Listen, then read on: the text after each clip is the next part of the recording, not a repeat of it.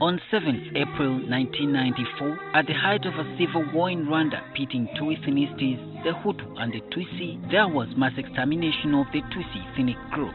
The Hutu, who dominated President Juvenal Habyarimana's government, sought to wipe out the Tutsis. Tens of thousands of Tutsi and moderate Hutus were killed. The survivors sought refuge in neighboring countries, including Uganda and Tanzania.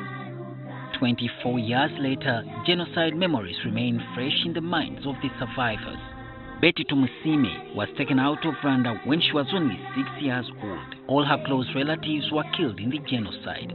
Abantu bangeke bafa orutaro ngaruyingidemu nze nafuna omuntu buntu ye nankwata ku mukono nantwara twawingira Tanzania. After the 100-day massacre, Tumusime says military vehicles from Tanzania ferried hundreds of refugees back to Rwanda. She had to be displaced again, but luckily a Tanzanian citizen took her on.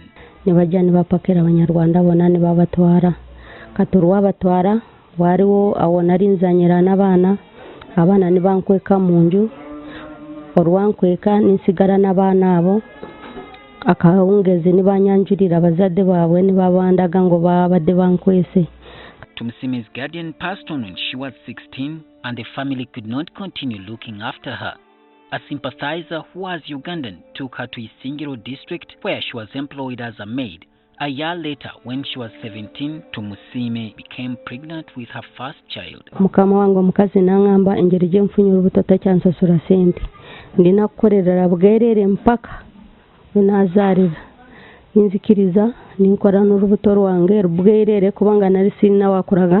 After 2 years, the father took away the child and Tumusiime traveled to neighboring Barara, where she worked a few years before friends called her to Kasenyi landing site in Wakiso district to do commercial sex work.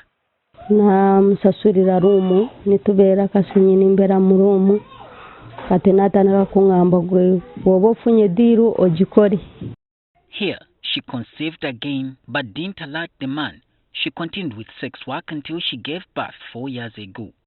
At the peak of a string of women murder in Wakiso district in August 2017, fingers were pointed at prostitutes. Police arrested 43 sex workers, including Tumusiime. She was convicted of being a public nuisance and sentenced to 8 years in prison. After serving her sentence, she returned to sex work because she needed money to look after herself and the child.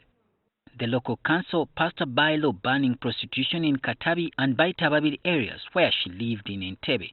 She was forced to switch to another job. She makes briquettes used as fuel for cooking. Briquettes are charcoal residues mixed with molasses and soil. The forest from which she collects some of her raw materials was a black spot where some of the women were killed. The money she makes is not enough to pay fees for her child, so she now buys for him books and teaches him at home. 6, 7, 8. Asiba wabana bona wano mubaita basigenda kusoma n'umwana asiba wano. Sina sente kubanga sente zemba mfunye yo mutwaro zibaza kumugura icyo kurya atorusarwara ni mujanjabisa.